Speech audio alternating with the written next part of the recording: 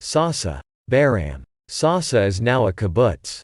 An ancient synagogue was discovered at the site, about 1500 years ago. The Talmud mentions Kfar Sisai, which was a Jewish settlement, meaning the word Sasa as a hair that comes out of the wheat. Tombs were found, including the tomb of Rabbi Levi bar Sisi from the end of the Tanaim period. It was also found that there was also a Jewish settlement about 700 years ago. Then Arabs lived there. At the end of the Arab riots, in 1939, the Haganah blew up the Mukhtar house in the village, in response to the actions of a gang hiding in the settlement. During the War of Independence, there was a military camp of the Arab Salvation Army led by Khoukhji, who came from Lebanon and Syria. Many of the villagers joined them. At the beginning of 1948, the Haganah decided to launch an operation to prevent the entry of Arab forces from the north. For the first time, aerial photographs of the area were used in preparation for action. The Haganah fighters arrived in the village and blew up several houses. In Operation Hiram, the villagers fled to Lebanon and the area was occupied without resistance.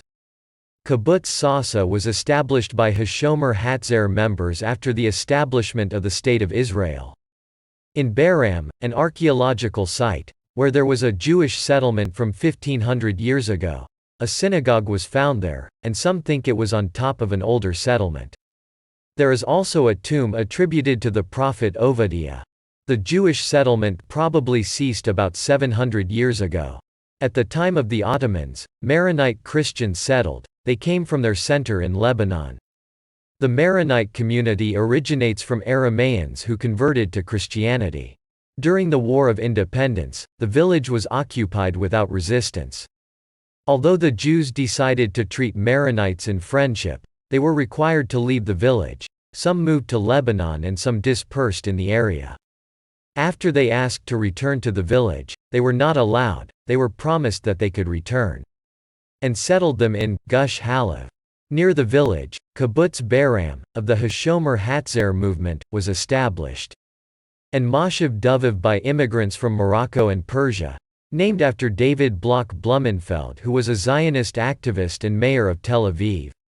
Afterwards, the DPs from the village appealed to the High Court, which ruled that they could return, but for security reasons they were not allowed to. And so for many years governments in Israel have changed, and the issue called the displacement of Ikrit and BarAm has been repeatedly rejected. The village itself and the antiquities site became a nature reserve, and a national park was established.